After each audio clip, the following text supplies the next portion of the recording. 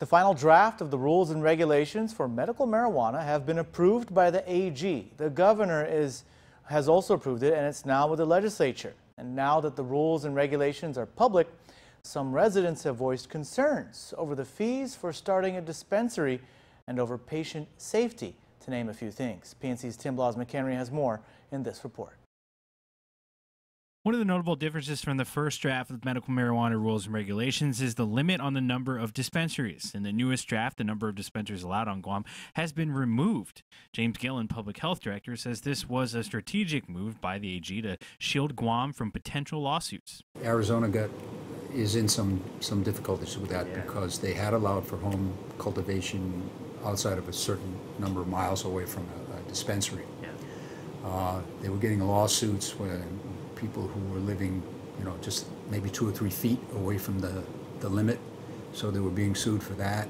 But even with the cap being lifted, some argue because of the fees, only someone with an extraordinary amount of capital can start a dispensary. Here's Andrea Pelicani on the one free refill on K57.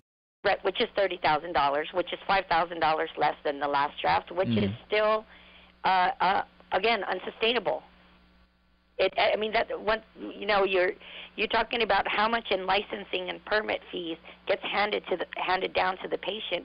How are these businesses going to compete with the illicit market? We don't even have a lab component, so you can't even throw out that. Well, at least it'll be safer. We won't know that. Pelicani's main worry is that the marijuana's black market here on Guam will continue to prosper over medical marijuana because the black market doesn't have to compete with Guam's high fees, which are ultimately passed down to the patient. Then there's the issue with patient security. Currently, patients are required to register to receive medical cannabis, including a copy of your most recent ID.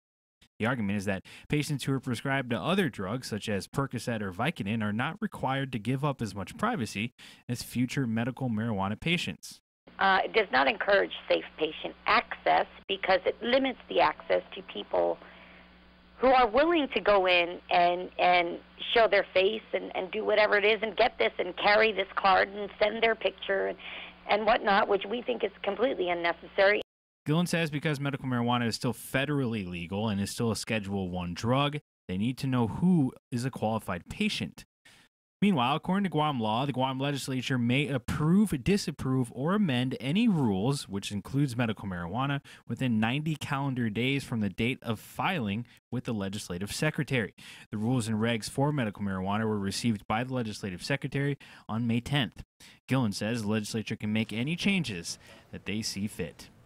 For PNC News, I'm Tim Blas-McHenry.